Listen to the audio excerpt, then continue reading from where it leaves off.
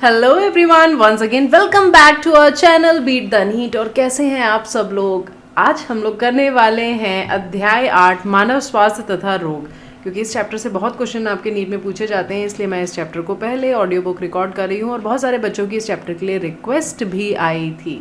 बच्चों, आप लोगों को ये ऑडियो बुक कैसी लग रही है आप लोग मुझे कमेंट सेक्शन में ज़रूर बताइएगा। और अगर आपको लगता है कि आपकी हेल्प करती है तो भाई इसको लाइक भी कर दिया करिए। और अगर आप रेगुलर आकर के मेरे चैनल पे ऑडियो बुक सुन रहे हैं तो आप चैनल को अब सब्सक्राइब कर लीजिए और नोटिफिकेशन भी ऑन कर लीजिए, ताकि आपके पास में हर नए वीडियो का नोटिफिकेशन पहुंच जाए।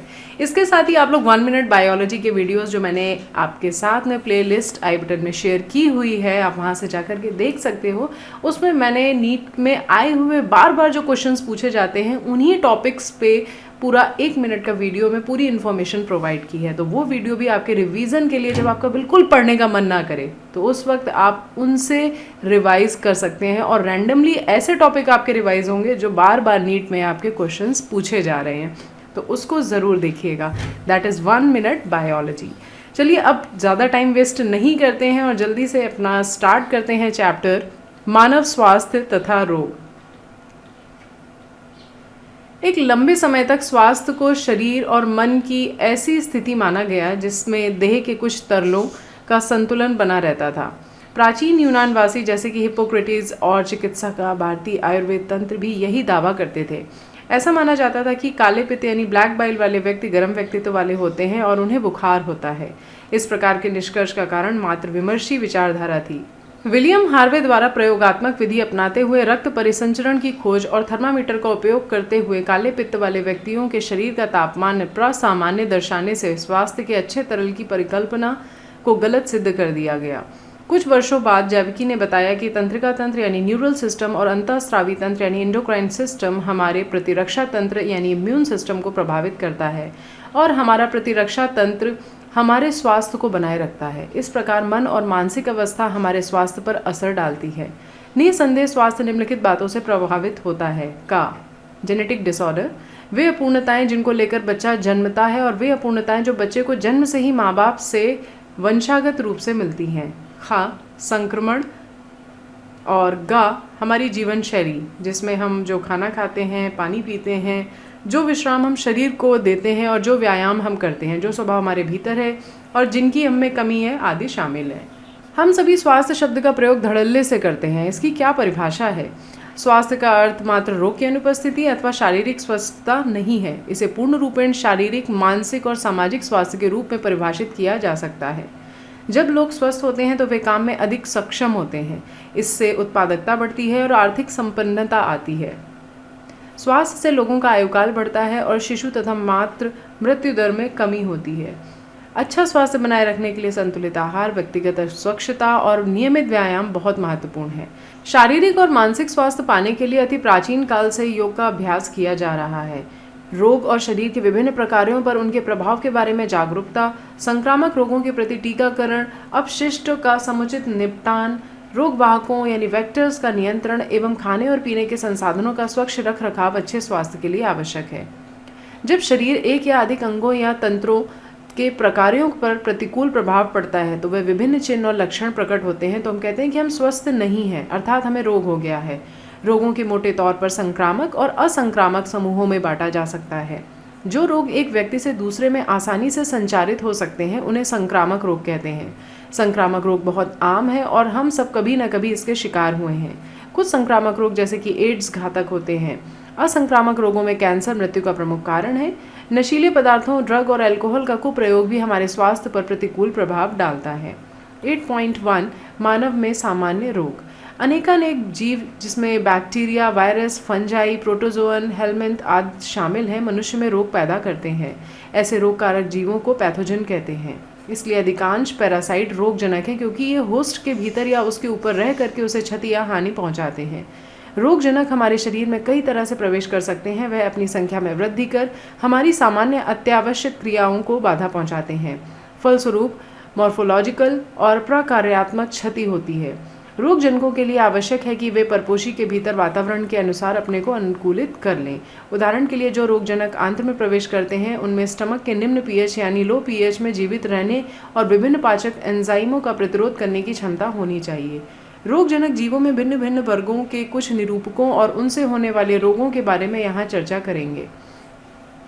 उन रोगों के प्रति निरोधक और नियंत्रक उपायों के बारे में भी संक्षेप में बताएंगे। सल्मोनेला टाइफी एक रोगजनक जीवाणु है जिसमें मानव में टाइफाइड जर उत्पन्न होता है। यह रोगजनक आमतौर से संदूषित यानी कंटामिनेटेड भोजन और पानी द्वारा छोटी आंत में घुस जाता है और वहां से रक्त द्वारा शरीर के अन्य अंगों में पहुंच जाता है। इस रोग के कुछ सामान्य लक्षण हैं अत्यंत उच्च ज्वर यानी हाई फीवर, कमजोरी, आमाशय में पीड़ा, कब्ज, सिरदर्द और भूख न लगना आदि। गंभीर मामलों में आंत्र में छेद और मृत्यु भी हो सकती है। टाइफाइड जर की पुष्टि विडाल परीक्षण से भी हो सकती है। आयुर्विज्ञान में एक चिर प्रतिष्ठित मामला मैरी मिलान का है जिसमें उल्लेख यहाँ करना सटीक है। वह पेशे से रसोइया थी और जो वह खाना बनाती थी उसके द्वारा वर्षों तक टाइफाइड वाहक के रूप में टाइफाइड फैलाती रहीं। स्ट्रेप्टोकोकस न्यूमोनिया और हीमोफिलस इन्फ्लुएंजा जैसे जीवाणु मानव में न्यूमोनिया रोग के लिए उत्तरदायी हैं।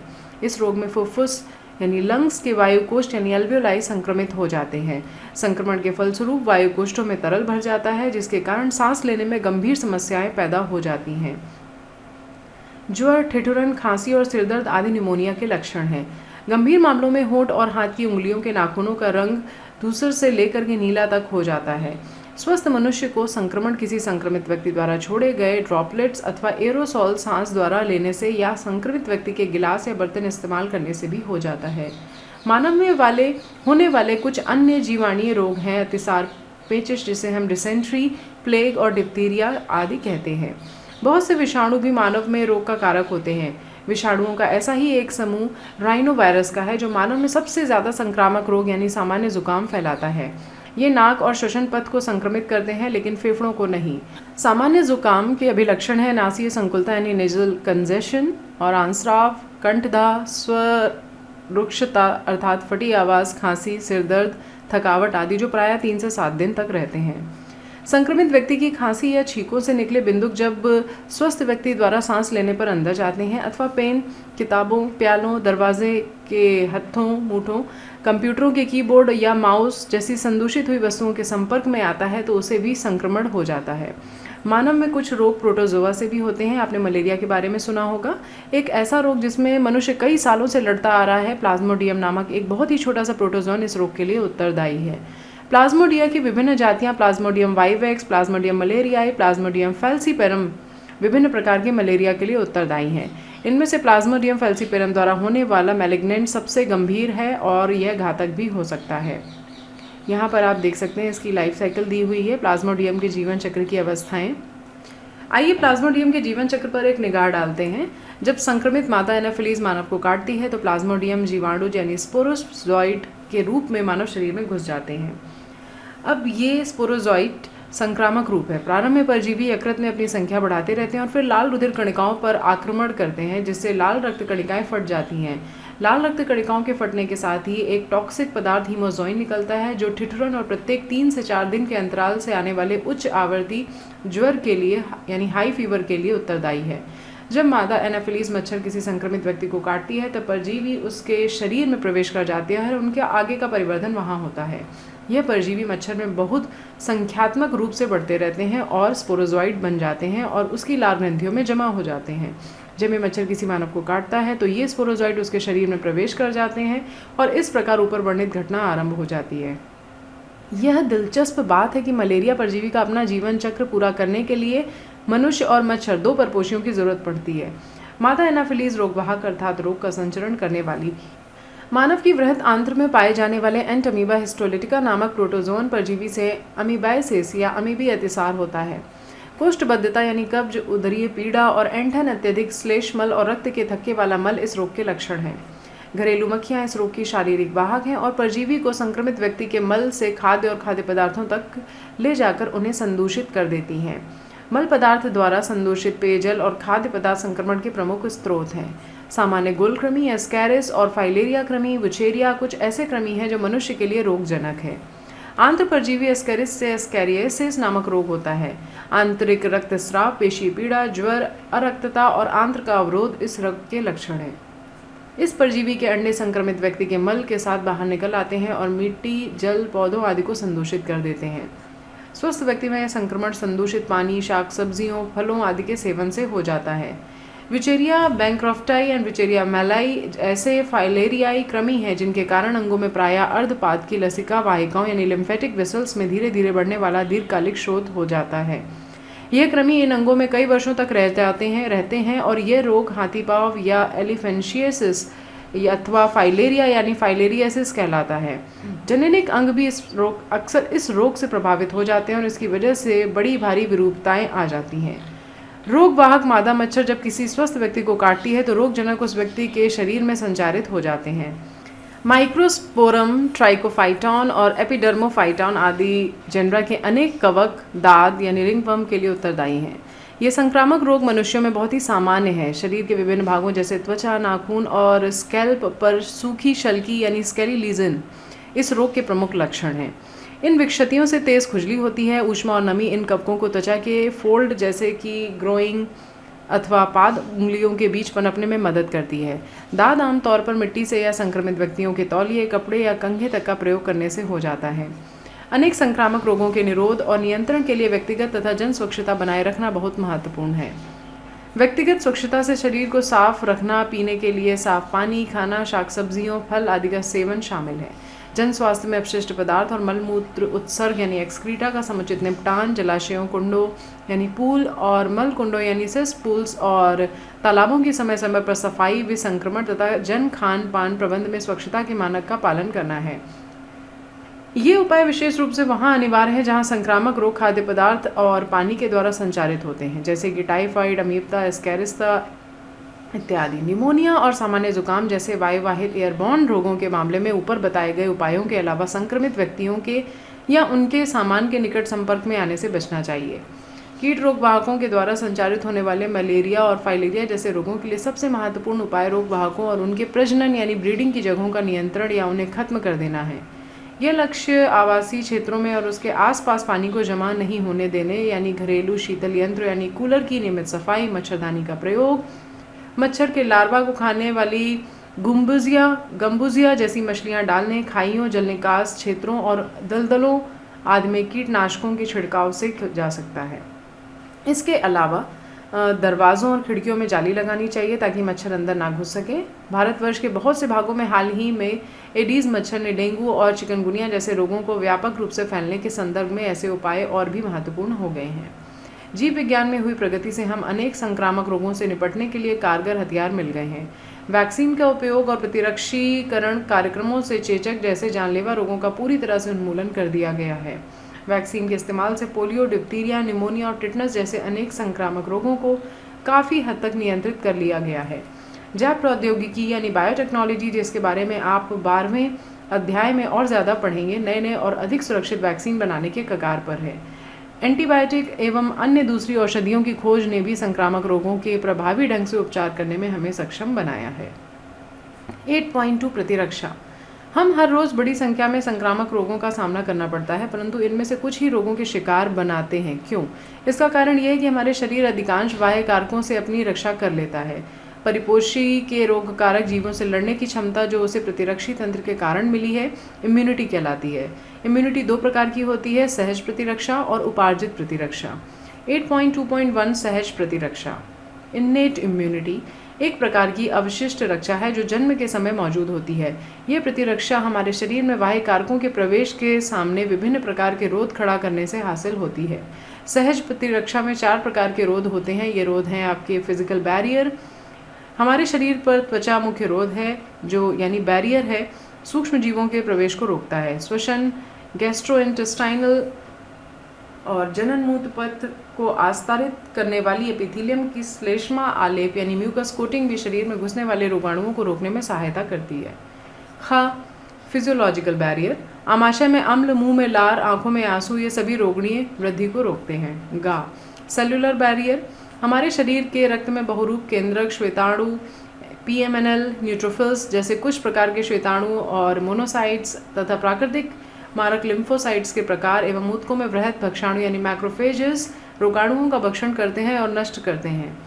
साइटोकाइन रोध, विषाणु संक्रमित कोशिकाएं इंटरफ्रॉन नामक प्रोटीनों का स्त्रवण करती हैं जो असंक्रमित कोशिकाओं को और आगे विषाणु संक्रमण से बचाती हैं। 8.2.2 उपार्जित प्रतिरक्षा यानी एक्वायर्ड इम्यूनिटी। दूसरी ओर एक्वायर्ड इम्यूनिटी रोगजनक विशिष्ट है। इसका अभिलक्षण स्मृति है।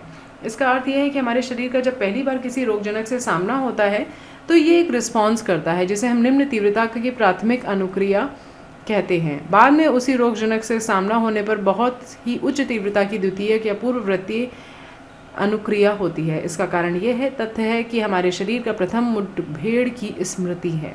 प्राथमिक और द्वितीयक प्रतिरक्षा अनुक्रियाएं हमारे शरीर के रक्त में मौजूद दो विशेष प्रकार के लसिकाणुओं द्वारा होती है। ये हैं बी लसिकाणु और टी लसिकाणु, यानी B cells and T cells, B lymphocytes T lymphocytes. रोगजनकों की अनुक्रिया में बी लिम्फोसाइट्स हमारे रक्त में प्रोटीनों की सेना उत्पन्न करते हैं ताकि वे रोगजनकों से लड़ सकें। ये प्रोटीन प्रतिरक्षी यानी एंटीबायोटिक्स कहलाती हैं। टी कोशिकाएं खुद तो प्रतिरक्षियों का श्रवण नहीं करती, लेकिन प्रोटीन उत्पन्न करने में बी कोशिकाओं यानी बी सेल्स की सहायता करती हैं। प्रत्येक प्रतिरक्षी अणु में 4 पेप्टाइड श्रृंखलाएं होती हैं, 2 छोटी 2 जो लघु श्रृंखलाएं कहलाती हैं और 2 बड़ी दीर्घ श्रृंखलाएं होती हैं, light chain and heavy chain जिन्हें हम कहते हैं। इसलिए प्रतिरक्षी को H2L2 के रूप में दर्शाया जाता है। हमारे शरीर में विभिन्न प्रकार के प्रतिरक्षी उत्पन्न किए जा सकते हैं। IgA, IgM, IgE, IgG कुछ उदाहरण हैं। एक प्रतिरक्षी का चित्र ऊपर आप यहाँ देख सकते हैं। यहाँ पे आप ये इसकी लाइट चेन होती है और ये इसकी हैवी चेन होती है, और ये इसमें डाइसल्फाइड ब्रिजेस प्रेजेंट होते हैं जो आपको डाइसल्फाइड बॉन्ड दिखाई दे रहे हैं।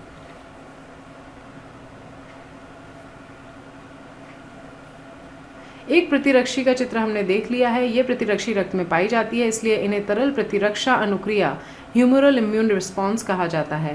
ये 2 प्रकार की प्रतिरक्षी माध्यित उपार्जित प्रतिरक्षा अनुक्रियाओं में से एक हैं। दूसरे प्रकार की अनुक्रिया कोशिका माध्यित प्रतिरक्षा अनुक्रिया या कोशिका माध्यित प्रतिरक्षा CMI सेल मेडिएटेड इम्यूनिटी कहलाती है। टी लिम्फोसाइट CMI का माध्यम बनते हैं, और जब हृदय, नेत्र, वृक्क, यकृत जैसे अंग संतोषजनक रूप से काम करना बंद कर देते हैं तो एकमात्र उपचार प्रतिरोपण होता है जिससे रोगी सामान्य जीवन जी सके। किसी उपयुक्त दाता की तलाश तब शुरू होती है। ऐसा क्यों है कि प्रतिरोपण के लिए हर किसी दाता के अंग नहीं लिए जा सकते? वह क्या है जिसकी जांच डॉक्टर करते हैं? किसी भी स्रोत, पशु, अन्य प्राइमेट या किसी भी मानव का निरोप या ग्राफ्ट नहीं लगाया जा सकता क्योंकि वे देर सवेर नकार दिए जाएंगे। कोई भी प्रतिरोप या निरोप लेने से पहले ऊतक मिलान और रक्त मिलान अत्यावश्यक है, और इसके बाद भी रोगी को अपने शेष जीवन भर प्रतिरक्षा निरोधक यानी इम्यूनोसप्रेसेंट लेने पड़ते हैं। शरीर स्वयं और पर में भेद करने में सक्षम है और कोशिका माध्यित प्रतिरक्षा अनुक्रिया निरोप के अस्वीकृत करने के लिए उत्तरदायी है। 8.2.3 सक्रिय और निष्क्रिय प्रतिरक्षा। जब परपोषी प्रतिजनों एंटीजेंस का सामना करता है तो उसके शरीर में प्रतिरक्षी पैदा होते हैं। प्रतिजन जीवित या मृत रोगाणु या अन्य प्रोटीनों के रूप में हो सकते हैं। इस प्रकार की प्रतिरक्षा को एक्टिव इम्यूनिटी कहलाती है। एक्टिव इम्यूनिटी धीमी होती है और अपनी पूरी प्रभावशाली अनुक्रिया प्रदर्शित करने में समय लेती है। इम्यूनाइजेशन के दौरान जानबूझकर रोगाणुओं का टीका देने अथवा प्राकृतिक संक्रमण के दौरान संक्रामक जीवों का शरीर में पहुंचना सक्रिय प्रतिरक्षा को प्रेरित करता है। जब शरीर की रक्षा के लिए बनाए प्रतिरक्षी सीधे ही शरीर में दिए जाते हैं तो इसे पैसिव इम्यूनिटी कहा जाता है। क्या आप जानते हैं कि हाल ही में जन्मे शिशु के लिए माँ का दूध क्यों बहुत आवश्यक माना जाता है?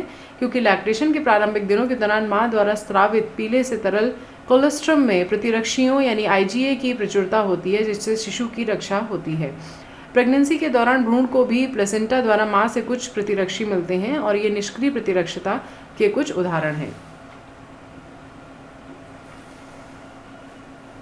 8.2.4 टीकाकरण और प्रतिरक्षीकरण। प्रतिरक्षीकरण या टीकाकरण का सिद्धांत प्रतिरक्षा तंत्र के स्मृति के गुण पर आधारित है। टीकाकरण में रोगजनक या निष्क्रिय दुर्बलीकृत रोगजनक टीका के प्रतिजनी प्रोटीनों को निर्मित शरीर में प्रवेश कराई जाती है। इन प्रतिजनों के विरुद्ध शरीर में उत्पन्न प्रतिरक्षियां वास्तविक संक्रमण के दौरान रोगजनी कारकों को निष्प्रभावी बना देती हैं। टीका स्मृति बी और टी कोशिकाएं भी बनाती हैं जो परिवर्ती प्रभावन यानी सबसीक्वेंट एक्सपोजर होने पर रोगजनों को जल्दी से पहचान लेती हैं और प्रतिरक्षियों के भारी उत्पादन से हमलावर को हरा देती हैं। अगर व्यक्ति किन्हीं ऐसे घातक रोगाणुओं से संक्रमित होता है जिसके लिए फॉरेन प्रतिरक्षियों की आवश्यकता है, जैसे कि टिटनस में, तो प्रभावकारी निष्पादित प्रतिरक्षियों या प्रति आविष एंटीटॉक्सिन एक ऐसी निर्मित जिसमें आविष के रूप में के लिए प्रतिरक्षियां होती हैं को टीके के रूप में सीधे ही दिए जाने की ज़रूरत है। सांप के काटे जाने के मामलों में भी रोगी को जो सुई लगाई जाती है उसमें सर्प जीविष यानी सर्प वेनम के विरुद्ध निष्पादित प्रतिरक्षी होते हैं। इस प्रकार का प्रतिरक्षीकरण निष्क्रिय प्रतिरक्षीकरण यानी पैसिव इम्यूनिटी कहलाता है। रिकॉम्बिनेंट डीएनए प्रौद्योगिकी से जीवाणु या खमीर में रोगजनक की प्रतिजनी पॉलीपेप्टाइड का उत्पादन होने लगा है। इस विधि से टीकों का बड़े पैमाने पर उत्पादन होने लगा है और इसलिए प्रतिरक्षीकरण हेतु उन टीकों की उपलब्धता खूब बढ़ी है, जैसे खमीर से बनने वाले यकृत शोध बी टीका। 8.2.5 एलर्जी। आपके साथ कितनी बार ऐसा हुआ है कि आप किसी नई जगह पर गए और बिना किसी स्पष्ट कारण के छींकना और घरघराहट के साथ सांस लेना शुरू करते हैं, और जब आप उस जगह से लौट आते हैं तो आपके लक्षण गायब हो जाते हैं। हम में से कुछ लोग पर्यावरण में मौजूद कुछ कणों के प्रति संवेदनशील होते हैं। उपर्युक्त अभिक्रिया पराग, माइट आदि के प्रति एलर्जी का कारण हो सकती है, जो भिन्न भिन्न जगहों पर भिन्न भिन्न हो सकते हैं। पर्यावरण में मौजूद कुछ प्रतिजनों के प्रति प्रतिरक्षा तंत्र की अतिरंजित अनुक्रिया एलर्जी कहलाती है। ऐसे पदार्थ जिनके प्रति ऐसी प्रतिरक्षित अनुक्रिया होती है एलर्जिन कहलाते हैं। इनके प्रति बनने वाली प्रतिरक्षियाँ IgE प्रकार की होती हैं। एलर्जिन के सामान्य उदाहरण हैं धूल में चिचड़ी, पराग, प्राणी, लघुशल्क आदि। एलर्जी अनुक्रियाओं के लक्षणों में छींकना, पनीली आँखें, बहती नाक और सांस लेने में कठिनाई शामिल है। एलर्जी मास्ट कोशिकाओं से हिस्टामिन और सेरोटोनिन जैसे रसायनों के निकलने के कारण होती है। एलर्जी का कारण जानने के लिए रोगी को संभावित एलर्जनों की बहुत ही थोड़ी सी मात्रा टीके द्वारा दी जाती है और प्रतिक्रिया का अध्ययन किया जाता है। प्रतिहिस्टामिन, एड्रेनालिन और स्टेरॉइडों जैसे औषधियों के प्रयोग से एलर्जी के लक्षण जल्दी घट जाते हैं, लेकिन आधुनिक जीवन शैली के फलस्वरूप लोगों में प्रतिरक्षा घटी है और एलर्जनों के प्रति संवेदनशीलता बढ़ी है। भारतवर्ष के महानगरों के अधिकाधिक बच्चे पर्यावरण के प्रति संवेदनशीलता के कारण एलर्जियों और दमा से पीड़ित रहते हैं। इसका कारण बच्चों के प्रारंभिक जीवन काल में उन्हें बहुत रक्षित वातावरण में रखना हो सकता है। 8.2.6 स्व प्रतिरक्षा। उच्च कशेरुकियों में विकसित स्मृति आधारित उपार्जित प्रतिरक्षा अपनी कोशिकाओं और विजातीय जीवों जैसे रोगाणुओं के बीच के भेद कर सकने की क्षमता पर आधारित है।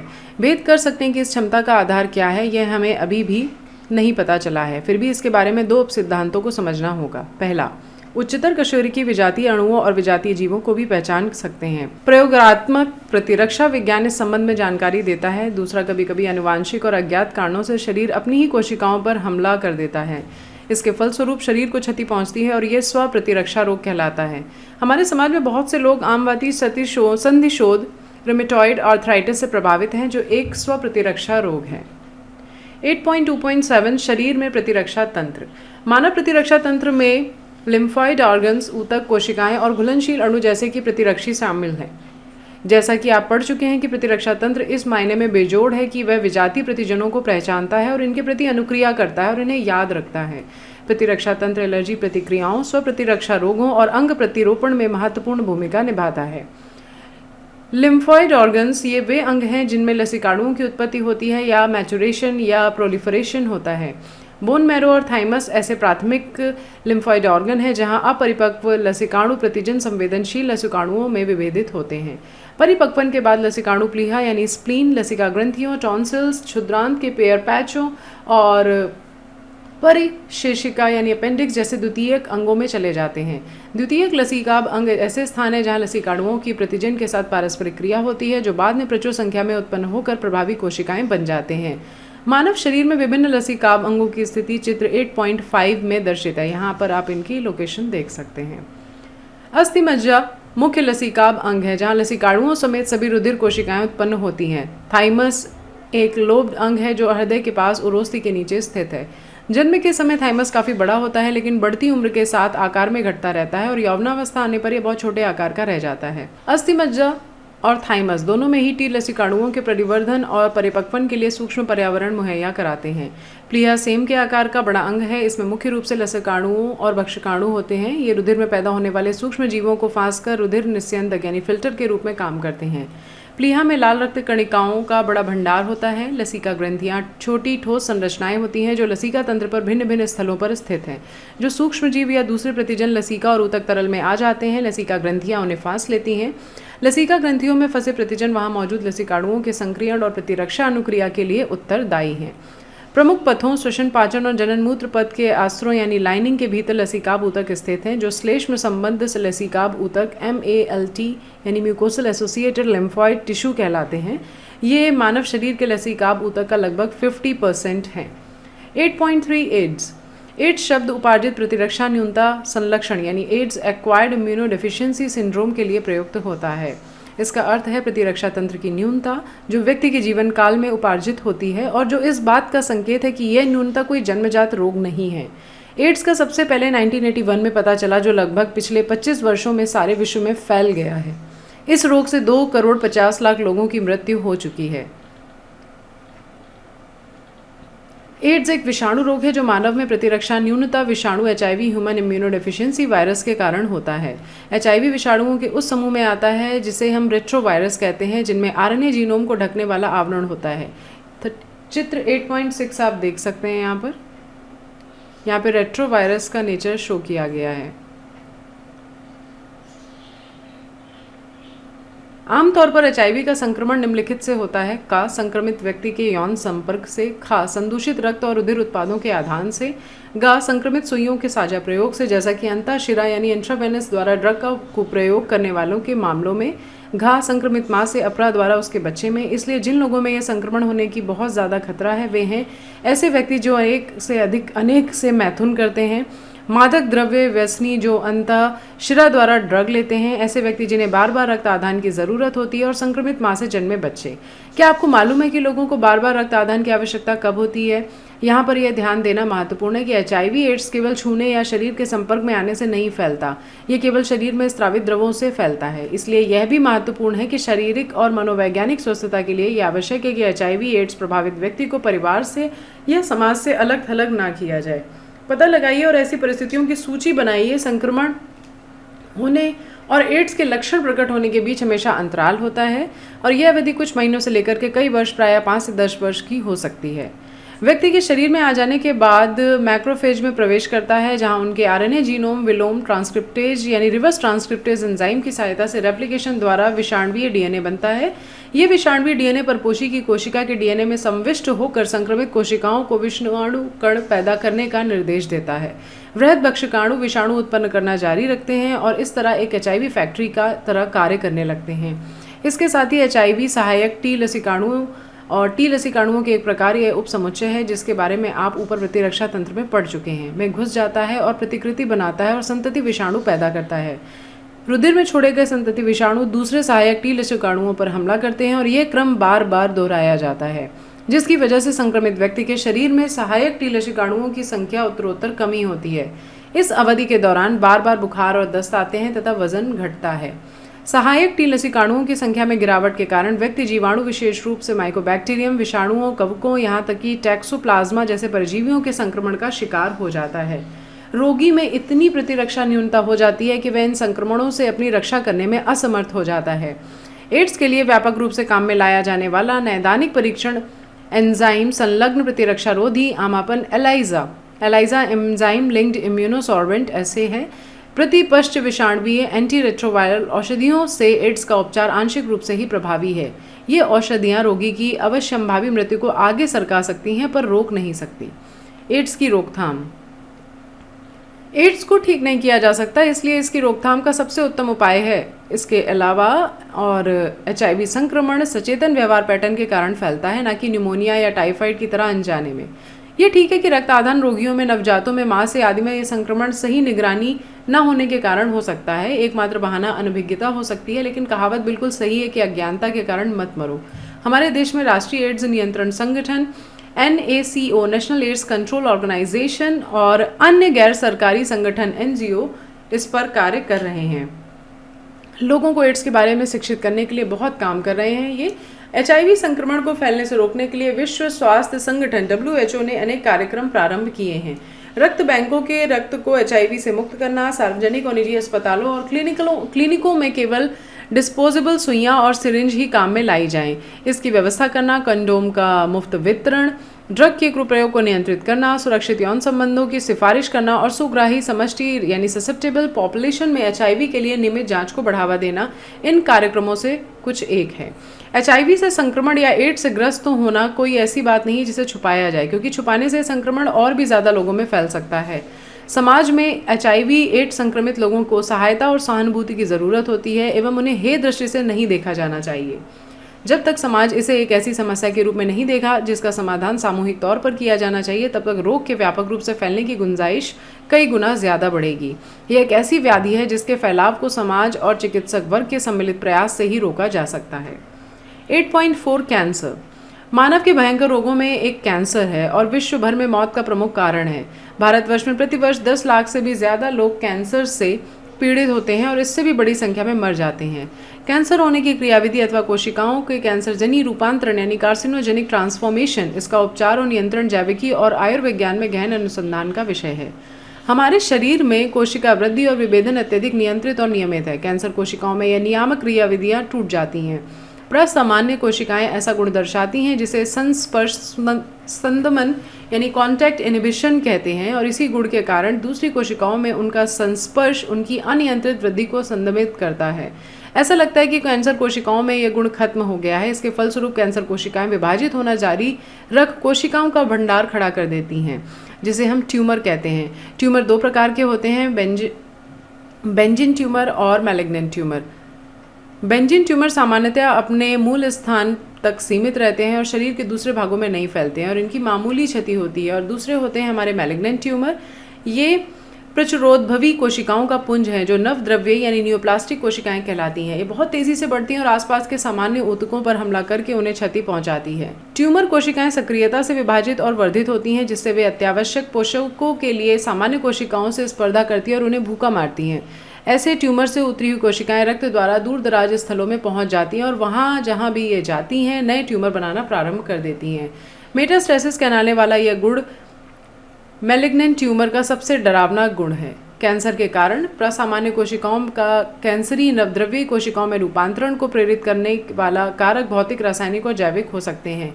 ये कारक कैंसरजन कहलाते हैं। एक्स किरण और गामा किरणों जैसे आयनकारी विकिरण और पराबैंगनी जैसे अनायनकारी विकिरण डीएनए को क्षति पहुंचाते हैं, जिससे नवद्रव्यी रूपांतरण होता है।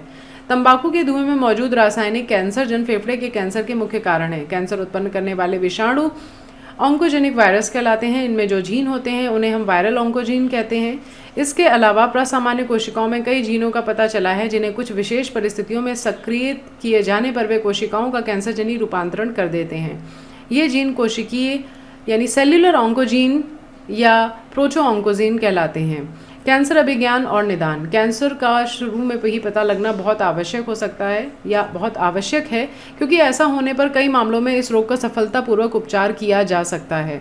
कैंसर अभिज्ञान ऊतकों की जीवपूती रक्षा यानी बायोप्सी और ऊतक विकृत यानी हिस्टोपैथोलॉजिकल अध्ययनों तथा बढ़ती कोशिका गणना के लिए रुधिर तथा अस्थिमज्जा परीक्षण पर आधारित है, जैसा कि अधिश्वेत रक्तता यानी ल्यूकीमिया के मामले में होता है। जीवूती परीक्षा में जिस ऊतक पर शक होता है उसका एक टुकड़ा लेकर पतले अनुच्छेदों में काटकर अभिरंजित करके रोग विज्ञानी द्वारा जांचा जाता है आंतरिक अंगों का कैंसर का पता लगाने के लिए विकिरण चित्रण, रेडियोग्राफी, एक्स किरणों का प्रयोग, अभिकलित टोमोग्राफी और चुंबकीय अनुनादी इमेजिंग एमआरआई यानी मैग्नेटिक रेजोनेंस इमेजिंग जैसी तकनीकें बहुत उपयोगी हैं।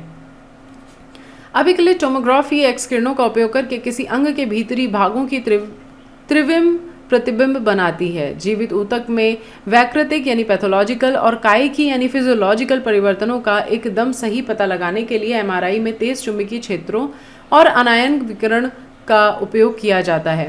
कुछ कैंसरों का पता लगाने के लिए कैंसर विशिष्ट प्रतिजनों के विरुद्ध प्रतिरक्षियों का भी उपयोग किया जाता है। कुछ कैंसरों में के प्रति वंशागत सुग्राह्यता वाले व्यक्तियों में जीनों का पता लगाने के लिए आणविक यानी मॉलिक्यूलर जैविकी की तकनीकों को काम में लाया जा सकता है। ऐसे जीनों की पहचान जो किसी व्यक्ति को विशेष कैंसरों के प्रति यानी प्रीडिस्पोज करते हैं, कैंसर की रोकथाम के लिए बहुत उपयोगी हो सकते हैं।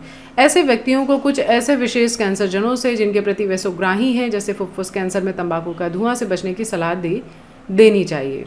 कैंसरों का उपचार। आमतौर पर कैंसर के उपचार के लिए शल्य क्रिया, विकिरण चिकित्सा, रेडियोथेरेपी और प्रतिरक्षा चिकित्सा का सहारा लिया जाता है। विकिरण चिकित्सा में अर्बुद कोशिकाओं को घातक रूप से किरणित किया जाता है, लेकिन अर्बुद के ढेर के पास वाले प्रसामान्य ऊतकों का पूरा ध्यान रखा जाता है। कैंसर कोशिकाओं को मारने के लिए कीमोथेरेपी औषध काम में लाए जाते हैं, जिनमें से कुछ औषध विशेष ट्यूमर्स के लिए विशिष्ट हैं। अधिकांश औषधों के अनुषंगी प्रभाव या दुष्प्रभाव या साइड इफेक्ट होते हैं, जैसे कि बालों का झड़ना, अरक्तता आदि। अधिकांश कैंसर का उपचार शल्यकर्म विकिरण चिकित्सा और रसो चिकित्सा के संयोजन से किया जाता है। ट्यूमर कोशिकाएं प्रतिरक्षा तंत्र द्वारा पता लगाए जाने और नष्ट किए जाने पर बचती हैं, इसलिए ऐसे पदार्थ दिए जाते हैं जिन्हें जैविक अनुक्रिया रूपांतरण कहते हैं, जैसे वाई इंटरफ्रॉन या गामा इंटरफ्रॉन, जो इनके प्रतिरक्षा तंत्र को संक्रेत करता है और ट्यूमर को नष्ट करने में सहायता करता है। 8.5 ड्रग और अल्कोहल कुप्रयोग। सर्वेक्षणों और आंकड़ों से पता चलता है कि ड्रग और अल्कोहल का उपयोग विशेष रूप से नव युवकों में बढ़ रहा है।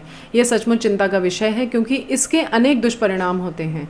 समुचित शिक्षा और मार्गदर्शन से नवयुवक इन खतरनाक आदतों से अपने आप को बचा पाएंगे और स्वस्थ जीवन शैली अपनाएंगे। आमतौर पर जिन ड्रगों का कुप्रयोग किया जाता है वे हैं ओपियाइड्स, कैनाबिनाइड्स और कोका एल्कलाइड्स। इनमें से अधिकांश पुष्पी पादपों से प्राप्त किए जाते हैं, कुछ ऐसे भी हैं जो कवकों से निकाले जाते हैं। ओपियाइड्स ऐसे ड्रग हैं जो हमारे केंद्रीय तंत्रिका तंत्र और जठरांत्र पथ में मौजूद विशिष्ट ओपियाइड्स ग्राहियों यानी रिसेप्टर्स से बंध जाते हैं। आमतौर पर स्मैक के नाम से मशहूर हेरोइन रासायनिक रूप से डाईएसिटिल मॉर्फिन, जो एक सफ़ेद गंधहीन तीखा रवेदार यौगिक होता है, ये मॉर्फिन के एसिटिलीकरण से प्राप्त किया जाता है और चित्र 8.7 में भी मैं आपको दिखाऊंगी, जो कि पोस्त के पौधे पेपेवर सोमनिफेरम चित्र 8.8 के लेटेक्स के निष्कर्षण द्वारा प्राप्त किया जाता है। आमतौर पर हेरोइन नाक द्वारा जोर से सांस लेकर या टीके द्वारा ली जाती है। यह एक अवसादक डिप्रेसेंट है और शरीर के प्रकारों को धीमा करती है। ये आप देख सकते हैं मॉर्फिन और सोमनिफेरम। यहाँ पे आप कैनाबिनाइड अणु की संरचना देख सकते हैं और 8.10 में कैनबिस सटाइवा यानी भांग की पत्तियाँ देख सकते हैं। कैनाबिनाइड्स रसायनों का समूह है जो मुख्य रूप से मस्तिष्क में मौजूद कैनाबिनाइड ग्राहियों के से पारस्परिक क्रिया करते हैं। प्राकृतिक कैनाबिनाइड कैनबिस सटाइवा पौधे के पुष्पक्रम इन्फ्लोरेसेंस से प्राप्त किए जाते हैं। भांग के फूलों की शीर्ष पत्तियां और रेसिन के विभिन्न संयोजन मैरिजुआना, हशीश, चरस और गांजा बनाने के काम आते हैं। आमतौर पर अंतः श्वसन और मुंह द्वारा खाए जाने वाले मादक द्रव्य शरीर के हृदयवाहिका कार्डियोवैस्कुलर सिस्टम को प्रभावित करते हैं। कोका एल्कलॉइड यानी कोकिन, कोका पादप एरिथ्रोजाइलम कोका से प्राप्त किया जाता है, जो कि मूल रूप से दक्षिण अमेरिका का पौधा है। यह तंत्रिका प्रेषक न्यूरोट्रांसमीटर डोपामिन के परिवहन में बाधा डालती है। कोकेन, जिसे आमतौर से कोक या क्रैक कहा जाता है, प्रायः जोर से सांस द्वारा अंदर खींची जाती है। इसका केंद्रीय तंत्रिका तंत्र पर जोरदार उद्दीपक स्टिमुलेटिंग असर पड़ता है, जो यूफोरिया और ऊर्जा में वृद्धि की अनुभूति होती है। कोकेन की अत्यधिक मात्रा से हेलुसिनेशन हो जाता है। अन्य प्रसिद्धि पादप जिनमें विभ्रम पैदा करने के गुण हैं एट्रोफा बेलाडोना और धतूरा है। आजकल कुछ खिलाड़ी भी कैनाबिनाइडों का दुरुपयोग करते हैं।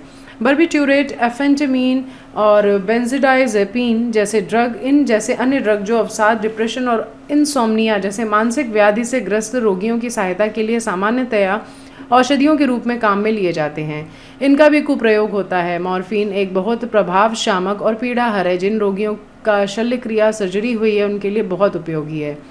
विभ्रमी गुण वाले अनेक पादपों, फलों, बीजों के विश्व भर में लोक औषधि, धार्मिक उत्सवों, अनुष्ठानों में सैकड़ों वर्षों से उपयोग हो रहा है। जब ये औषधियाँ चिकित्सा के बजाय दूसरे उद्देश्य से ली जाती हैं या इतनी मात्रा में इतनी बार ली जाती हैं कि व्यक्ति के शारीरिक, शारीरिक और मनोवैज्ञानिक प्रकारों को गड़बड़ा देती हैं, तो ये ड्रगों का कुप्रयोग बन जाता है। धूम्रपान से इन तीव्र ड्रगों के सेवन का रास्ता खुल जाता है। तंबाकू का प्रयोग मानव 400 वर्षों से भी अधिक समय से करता आ रहा है। तंबाकू पिया जाता है, चबाया जाता है या सूंघा जाता है। तंबाकू में बहुत से रासायनिक पदार्थ होते हैं जिन्हें एल्कलाइड निकोटीन शामिल है। निकोटीन अधिवृक्त ग्रंथि यानी एड्रिनल ग्लैंड को उद्दीपित करती है, जिससे एड्रेनलिन और नॉर एड्रेनलिन रक्त परिसंचरण में मोचित होते हैं, अर्थात छोड़ी जाती हैं। ये दोनों रक्तचाप और हृदय स्पंदन दर बढ़ाती हैं। धूम्रपान फुफ्फुस, मूत्राशय और गले के कैंसर, श्वसनीय शोथ, ब्रोंकाइटिस, वातस्फीति, एम्फीसिमा, हृदय रोग, जठर व्रण से संबंध है। तंबाकू चबाना मुख कोटर के कैंसर के खतरे को बढ़ा देता है। तंबाकू के रक्त में कार्बन मोनोऑक्साइड की मात्रा बढ़ जाती है और हीमाबद्ध ऑक्सीजन की सांद्रता घट जाती है। इससे शरीर में ऑक्सीजन की कमी हो जाती है। जब व्यक्ति सिगरेट के पैकेट खरीदता है तो यह नहीं हो सकता कि उसका निगाह पैकेट पर छपी उस वैधानिक चेतावनी पर ना पड़े जो कि धूम्रपान से आगाह करती है और बताती है कि यह किस प्रकार स्वास्थ्य के लिए हानिकारक है। आजकल फिर भी युवाओं और वृद्धों में दोनों धूम्रपान का खूब चलन है। धूम्रपान और तंबाकू चबाने के खतरे और इसकी लत पड़ जाने वाली प्रवृत्ति को देखते हुए युवा और वृद्ध दोनों को इसकी आदत से बचना चाहिए। किसी भी लत से छुटकारा पाने के लिए परामर्श तथा चिकित्सा सहायता की आवश्यकता होती है। 8.5.1 किशोरावस्था और ड्रग अल्कोहल कुप्रयोग।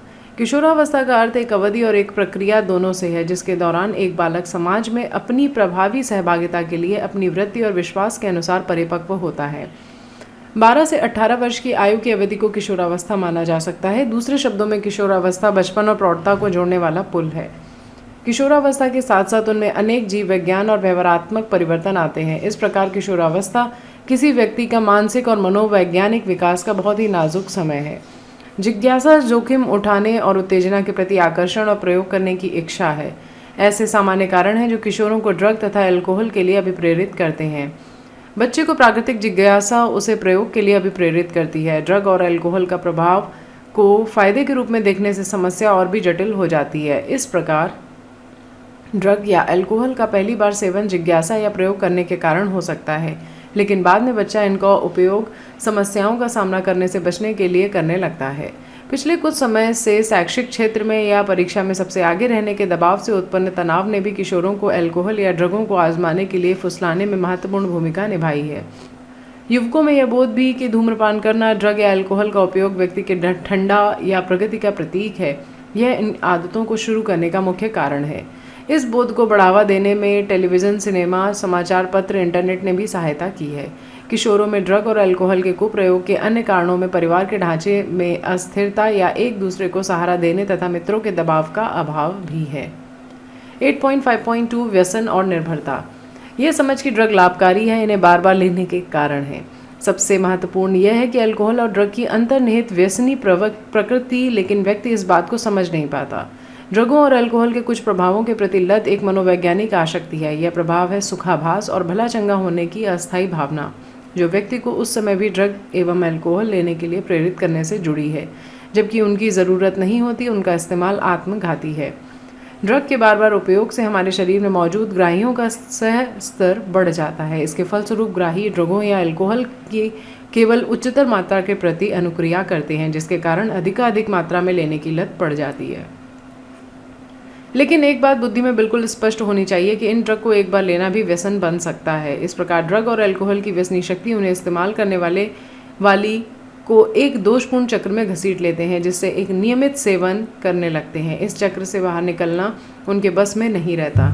किसी मार्गदर्शन या परामर्श के अभाव में व्यक्ति व्यसनी बन जाता है और उनके ऊपर आश्रित होने लगता है। निर्भरता शरीर की वृत्ति है, जो ड्रग और अल्कोहल की नियमित मात्रा अचानक बंद कर दिए जाने पर अभिलाक्षणिक और अप्रिय विनिर्वर्तन संलक्षण यानी विड्रॉल सिंड्रोम के रूप में व्यक्त होती है। इसके अभिलक्षण है चिंता, कंपन, मिचली और पसीना आना, जिनसे ड्रग अल्कोहल का इस्तेमाल फिर से चालू कर दिए जाने से छुटकारा मिल जाता है। कुछ मामले में विनिर्वर्तन संलक्षण गंभीर हो सकता है और जीवन के लिए खतरनाक भी, और तथा व्यक्ति को चिकित्सीय देखरेख की आवश्यकता पड़ सकती है। निर्भरता के कारण रोगी अपनी आवश्यकताओं की पूर्ति के लिए पर्याप्त धन पाने के लिए तमाम सामाजिक मानदंडों को ताक पर रख देता है। इनसे अनेक सामाजिक समायोजन संबंधी समस्याएं उत्पन्न हो जाती हैं। 8.5.3 ड्रग और अल्कोहल कुप्रयोग के प्रभाव। ड्रग और अल्कोहल के तत्कालिक प्रतिकूल प्रभाव अंधाधुंध व्यवहार, बर्बरता, हिंसा के रूप में व्यक्त होते हैं। ड्रगों की अत्यधिक मात्रा से श्वसनपात यानी respiratory failure, heart failure, cerebral haemorrhage के कारण कोमा और मृत्यु हो सकती है। ड्रगों का संयोजन या अल्कोहल के साथ उनका सेवन का आमतौर पर यह परिणाम अतिमात्रा होती है और युवाओं में ड्रग और अल्कोहल दुरुपयोग के सबसे सामान्य लक्षण शैक्षिक क्षेत्र में प्रदर्शन में कमी, बिना किसी स्पष्ट कारण के स्कूल या कॉलेज से अनुपस्थिति, व्यक्तिगत स्वच्छता की रुचि में कमी, विनिर्वर्तन, एकाकीपन, अवसाद, थकावट, आक्रमणशील और विद्रोही व्यवहार, परिवार और मित्रों से बिगड़ते संबंध, शौक में रुचि की कमी, सोने और खाने की आदतों में परिवर्तन, भूख और वजन घट बढ़ आदि है। ड्रग अल्कोहल के कुप्रयोग के दुर्गामी परिणाम हो सकते हैं। अगर कुप्रयोगकर्ता ड्रग और अल्कोहल खरीदने से पैसे नहीं मिले तो वह चोरी का सहारा ले सकता है या ले सकती है। यह प्रतिकूल प्रभाव केवल ड्रग और अल्कोहल का सेवन करने वाले तक सीमित नहीं रहता। कभी कभी ड्रग अल्कोहल आदि का अपने परिवार या मित्र के लिए भी मानसिक और आर्थिक कष्ट का कारण बन सकता है। जो अंतःशिरा ड्रग लेते हैं उनको एड्स और यकृत बी जैसी गंभीर बीमारियों से संक्रमण होने की आवश्यकता या गंभीर संक्रमण होने की संभावना अधिक होती है। इन रोगों के विषाणु संक्रमित सुई और सिरिंज के साझा प्रयोग से एक व्यक्ति से दूसरे व्यक्ति में स्थानांतरित हो जाते हैं। एड्स और यकृत बी दोनों ही संक्रमण चिरकारी संक्रमण है और अंततः घातक होते हैं। एड्स पति पत्नी द्वारा मैथुन से स्थानांतरित होता है, जबकि यकृत बी संक्रमित रुधिर द्वारा स्थानांतरित होता है। किशोरावस्था के दौरान अल्कोहल के सेवन का दीर्घकालिक प्रभाव भी हो सकता है। इससे प्रौढ़ावस्था में बहुत अधिक पीने की लत लग सकती है। ड्रग और अल्कोहल के चिरकारी उपयोग से तंत्रिका तंत्र तथा यकृत को क्षति पहुंचती है। ऐसा भी ज्ञात है कि गर्भावस्था के दौरान ड्रगों और अल्कोहल का उपयोग गर्भ पर प्रतिकूल प्रभाव डालता है। ड्रगों का एक और दुरुपयोग कुछ खिलाड़ियों द्वारा अपने प्रदर्शन को बेहतर करने के लिए हो सकता है। वे खेलों में स्वापक पीड़ा, नार्कोटिक, एनाल्जेसिक, उपचयी स्ट्राइडों, मूत्रल दवाओं और कुछ हार्मोनों का कुप्रयोग मांसपेशियों को शक्तिशाली बनाने और आक्रामकता को बढ़ाने और फलस्वरूप खेल प्रदर्शन के लिए करते हैं। महिलाओं में उपचयी स्टेरॉइडों के सेवन से अनुषंगी प्रभावों में मैस्कुलिनाइजेशन यानी पुरुष जैसे लक्षण, बढ़ती आक्रामकता, भाव दशा में उतार चढ़ाव, अवसाद, असामान्य आतर्व चक्र, मुंह और शरीर पर बालों की अत्यधिक वृद्धि, भागशेप का बढ़ जाना, आवाज़ का गहरा होना शामिल है। पुरुषों में मुहासे, बड़ी आक्रामकता, भाव दशा में उतार चढ़ाव, अवसाद, वृषणों के आकार घटना, शुक्राणु उत्पादन में कमी, यकृत और वृक्क की संभावित दुष्क्रियता यानी डिसफंक्शन, वक्ष का बढ़ना, समय पूर्व गंजापन, प्रोस्टेट ग्रंथि का बढ़ना शामिल है।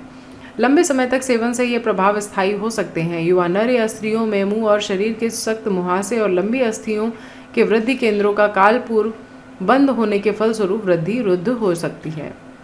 8.5.4 रोकथाम और नियंत्रण।